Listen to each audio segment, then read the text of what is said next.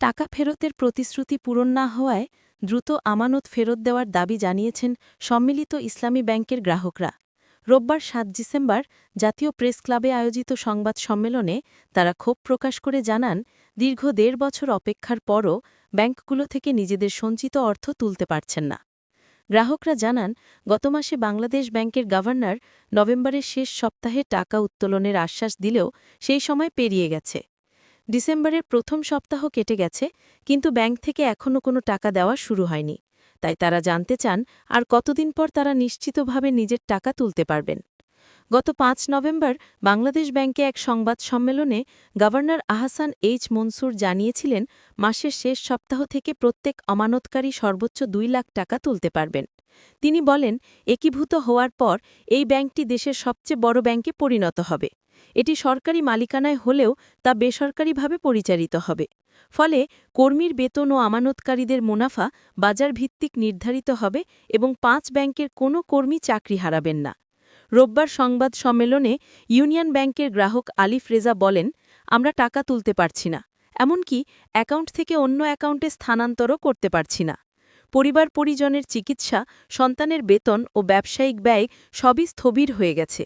তাই যত দ্রুত সম্ভব লেনদেন স্বাভাবিক করে আমাদের কষ্টের টাকা ফেরত দিন।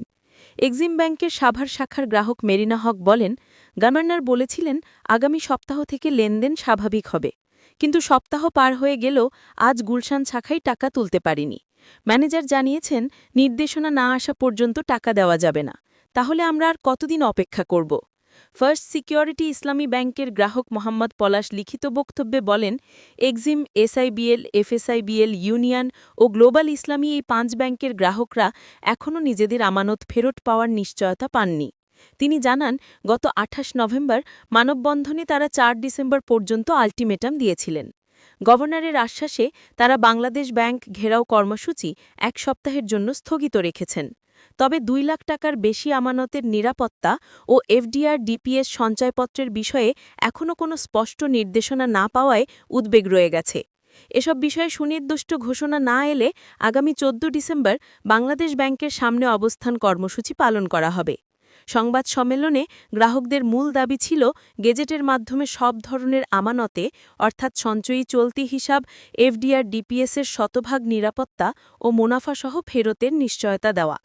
টাকা ফেরত দেওয়ার সময়, ধরন ও ধাপসমূহ উল্লেখ করে একটি সুস্পষ্ট রোডম্যাপ দ্রুত প্রকাশেরও দাবি জানান তারা। এছাড়া গ্রাহকের আস্থা ফিরিয়ে আনতে ব্যাংকের সব লেনদেন সম্পূর্ণ স্বাভাবিক করার দাবি জানানো হয়।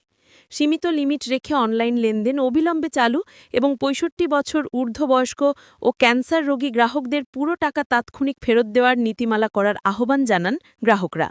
এ সময় তারা আগামী ১১ ডিসেম্বরের মধ্যে ব্যাংকের পূর্ণাঙ্গ স্বাভাবিক কার্যক্রম চালু করার দাবি জানান।